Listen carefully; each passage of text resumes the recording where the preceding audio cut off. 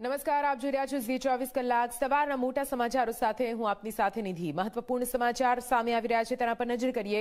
ફેબ્રુઆરીના પ્રથમ સપ્તાહમાં માવઠાની આગાહી કરવામાં આવી છે। જી હા, હવામાન નિષ્ણાંત પરેશ ગોસ્વામીએ મોટી આગાહી કરતા માવઠું આવવાની શક્યતા વ્યક્ત કરી છે।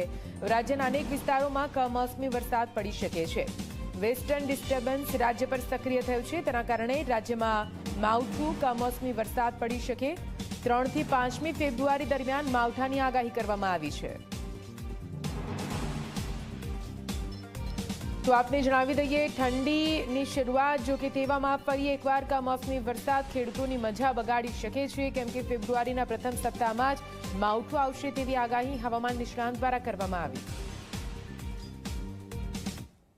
ઉત્તર ભારતના પહાડી પ્રદેશો ઉપરથી ડબલ્યુડી પસાર થઈ રહ્યા છે। એમાં એક મજબૂત વેસ્ટર્ન ડિસ્ટર્બન્સ જે પસાર થઈ રહ્યું છે, એ વેસ્ટર્ન ડિસ્ટર્બન્સની અસરને કારણે ગુજરાત ઉપર એક અસ્થિરતા સર્જાવા જઈ રહી છે અને એ અસ્થિરતાને કારણે રાજ્યના અનેક વિસ્તારોની અંદર 3, 4 અને 5 ફેબ્રુઆરી એમ 3 દિવસ દરમિયાન અલગ અલગ વિસ્તારોની અંદર માવઠું થાય તેવી શક્યતાઓ રહેલી છે।